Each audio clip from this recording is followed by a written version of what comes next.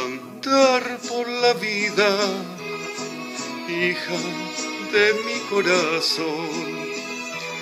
Me están pesando los años, mi corazón se cansó.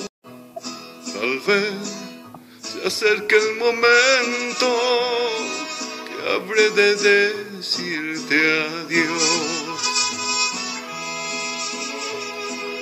Cuando extrañes a tu padre, que al cielo se fue con Dios, si quisieras abrazarlo o demostrarle tu amor, los besos que des a tu hijo,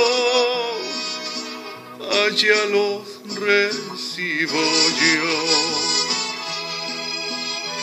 Si un día recuerdas al viejo que se preocupó por ti, si de él quisieras un beso y ya no me encuentre aquí, a tu madre pídele uno de tantos que yo le di.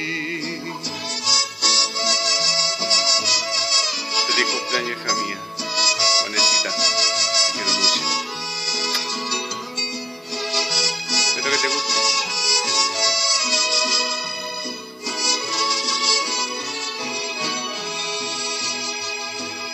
Mira por donde caminas, que no resbale tu pie.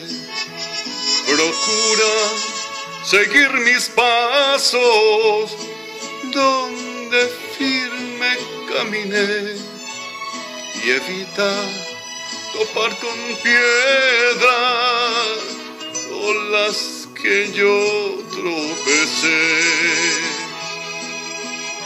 Cuando ya no esté contigo y en tus mejillas beso el que a veces te abrazaba y a veces te regaño, recuerda que fue tu padre el hombre que más te amó.